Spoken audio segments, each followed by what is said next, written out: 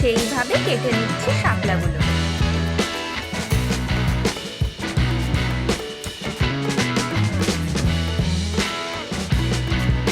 দেখুন আমার শাপলা কাটা হয়ে গেছে।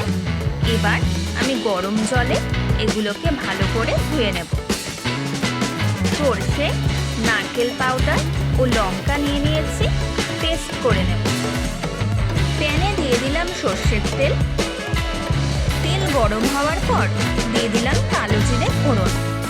ফোড়ন ভাজা হয়ে যাওয়ার পর গরম জলে ভাপিয়ে রাখা শাপলাগুলো দিয়ে দিলাম।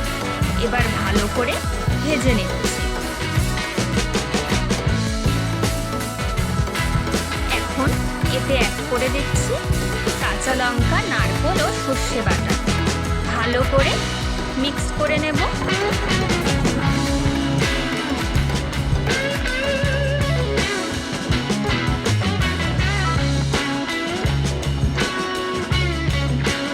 অ্যাড করে দিলাম পরিমাণ মতো হলুদ, স্বাদ অনুসারে নুন, স্বাদ অনুসারে চিনি। এবার ভালো করে কষিয়ে নেব।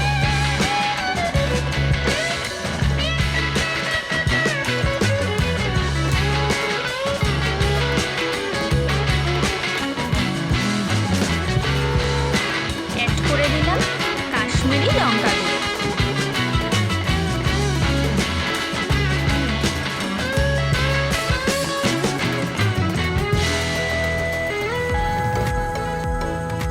দেখতেই পাচ্ছেন আমাদের তেলে ঝালে শাপলা কি সুন্দর দেখতে হয়েছে।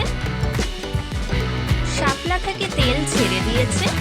আমাদের তেল শাপলা একদম রেডি। গরম ভাত আর সাথে তেল শাপলা, আর কিচ্ছুটি লাগবে না। রেসিপিটি ভালো লাগলে অবশ্যই লাইক, শেয়ার ও সাবস্ক্রাইব করে দিতে ভুলবেন না যেন।